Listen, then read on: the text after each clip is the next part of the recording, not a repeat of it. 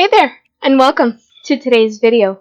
For today's video, this may actually be a build that you recognize. We are going to be remodeling my very first 10-minute build challenge.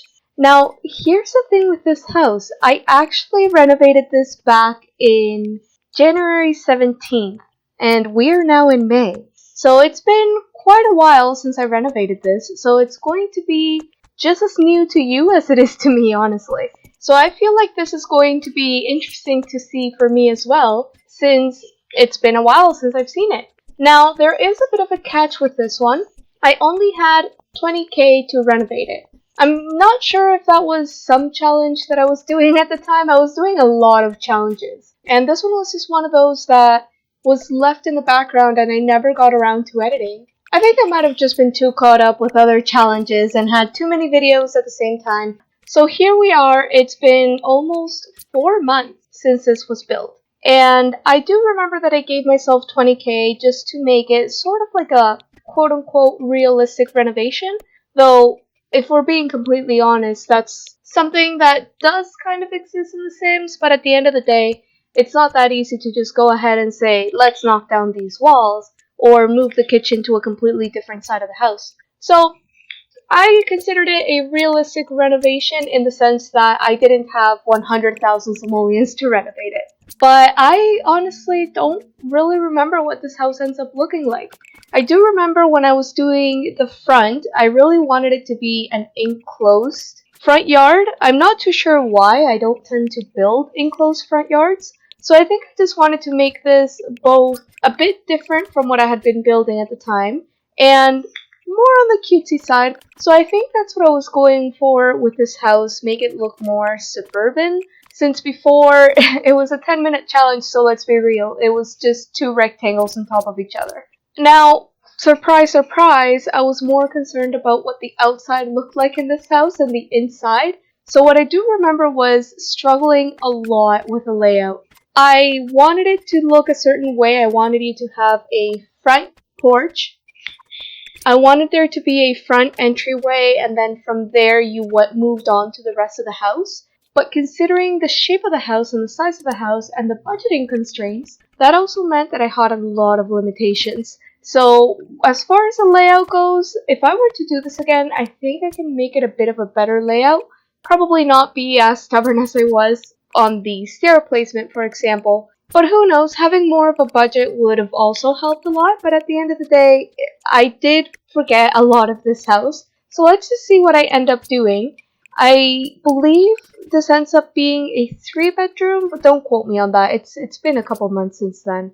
If this is a house that I'm remembering though, it was quite strange because you do end up with an office. I was originally thinking of just making it the living room, but then it was going to be too big for a living room. And getting an office in there was going to make the layout awkward, so I think I ended up choosing the very awkward layout. There were a lot of sections in this build where I was just trying to figure out layout, which I did cut out a lot here and there. So something like the upstairs layout was one of the things that changed over and over and over again. I remember a lot of this house, the layout was #1 challenge for sure.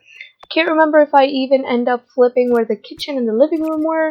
It was just a mess left, right, and center, but for only having 20k, I do remember I was actually quite glad at how the house turned out. So I believe there was a kitchen, a dining room, an office. I think there were 3 bathrooms in total, so 2 full bathrooms and 1 half bath. And then there was the kitchen, and the dining room, I believe, was the weirdest one of all. So the dining room, if I'm remembering correctly, was right behind the staircase, which meant that it was a weird kind of like a Y shape. So the issue became of, do I stick the table on one wall or do I try to make it look like the wall was intentional? And I think I end up putting a bit of a pantry there. And upstairs we had 3 bedrooms and then 2 full bathrooms. There is a full master bedroom, and I do remember going back to this house and playtesting. So absolutely everything worked. There were 2 kid bedrooms and 1 master bedroom. And with the bedrooms for the kids, there were also quite a few things that I had to play around with. I remember wanting to give them bookshelves or nightstands or dressers, and surprise, surprise, in a clear sim fashion, there were a lot of things that just wouldn't work out if you put them that way.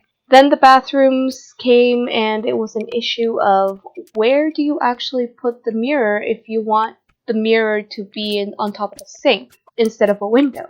So there were a lot of areas where the layout was definitely not my favorite, and that all just comes down to my decision at the beginning of doing the outside before having a layout on the inside.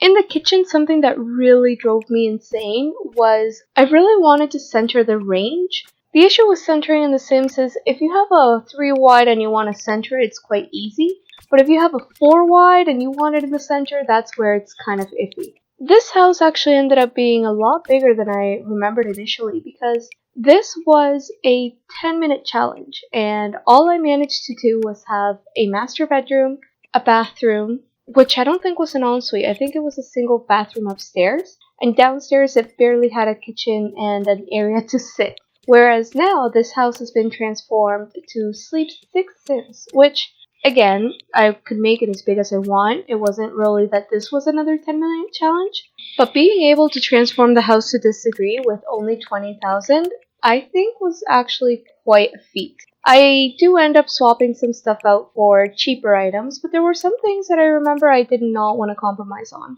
I remember I kept making the backyard smaller, for example, but I think I end up with the more expensive countertops in the kitchen, for example. I don't believe those are ones that I swapped out, but the house was fully furnished.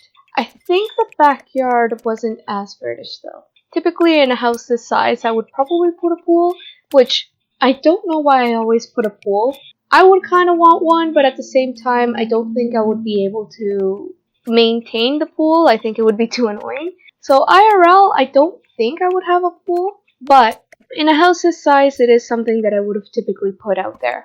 Whereas in this one, it was just a barbecue and a table and some monkey bars. I mean, there's enough space to sleep for children, so it could be a couple toddlers and 2 kids, or a couple toddlers and 2 teens. Not too sure what age range, but at the end of the day, like, why wouldn't you put some monkey bars if you would have had 4 children in this house at one point or another? So at least give them some entertainment. What surprised me the most about this house was I was even able to get some landscaping in there. And mind you, none of this is debug. Everything that you see in this house was actually bought. Sure, there are rooms that are a bit sparse, so the living room, for example, I feel like could use a bit more decoration, at least some more stuff on the walls, and there are a lot of items that were either sized up or sized down. So at the very least, I believe this is a house that you can really grow your Sims into, and I'm actually quite impressed at everything I managed to get in there. I remember struggling quite a bit with the budget, for example, since I kept going in and out of the house so much just to playtest the house here and there. A lot of items, once you've playtested it, they decrease in value, so I went 20k based on the original value of the house. So I would look at the original value and then take it from there. I think it's a good renovation for the 10-minute build that we did way back in, I think the original build was about 9 months ago. But anyways, thank you so much for watching this video. I hope you enjoyed it. Let me know what you'd like to see next. We are getting close to the 1-year anniversary, so I'm curious to hear what you would like me to build to celebrate the fact that this channel has been alive for 1 year. So let me know down below. Thank you so much for watching, and I hope to see you in the next video. Have a great weekend!